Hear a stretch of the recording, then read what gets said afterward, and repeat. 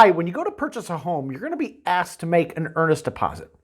What is an earnest deposit? Well, we're going to talk about that in today's video, and we're going to start right now.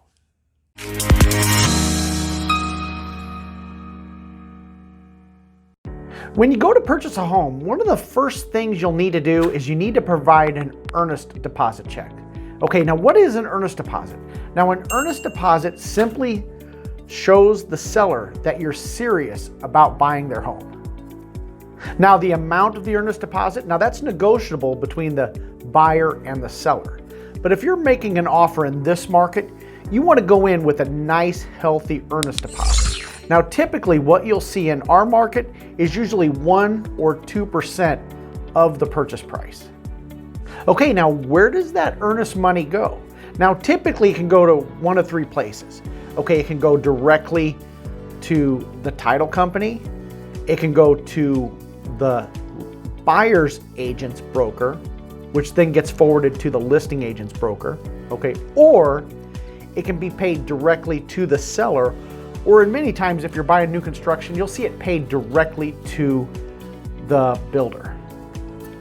Earnest money is paid by check, and that check is going to be cashed. So you want to make sure you have funds in that account. Okay, now when it is cashed, it is held in escrow, and eventually, once that home closes, that earnest money is going to be applied to your closing costs.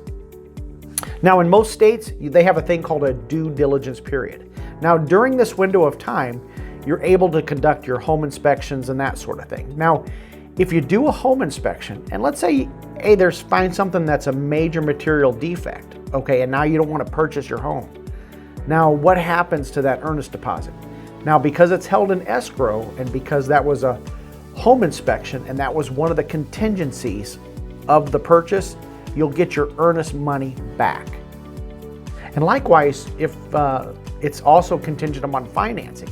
So let's say something were to happen, and let's say during the escrow period you lost your job. Well, financing was part of the contingency.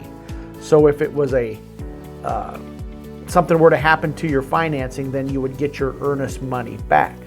Now, if all of a sudden you just decide, I don't want to buy the house, and it's 10 minutes before closing, which can happen, then what would happen is typically at that point, then the seller would get the earnest deposit.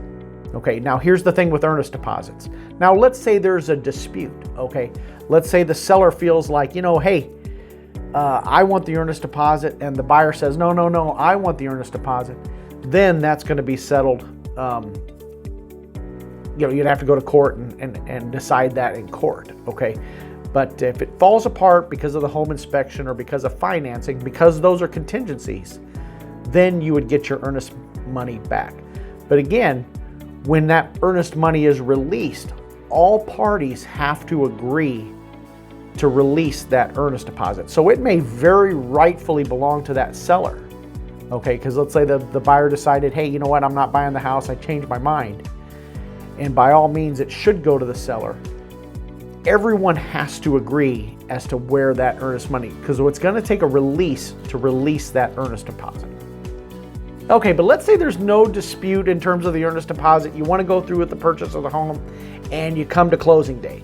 Then when you get your closing statement, then that earnest deposit will show up as a credit towards your purchase price. Now, if you want to learn more about closing day, go ahead and check out this video here, and you make it a great day. Oh yeah, if you found some value in this video, hey, be sure to give this video a thumbs up. Go ahead and subscribe to my channel, and you make it a great day.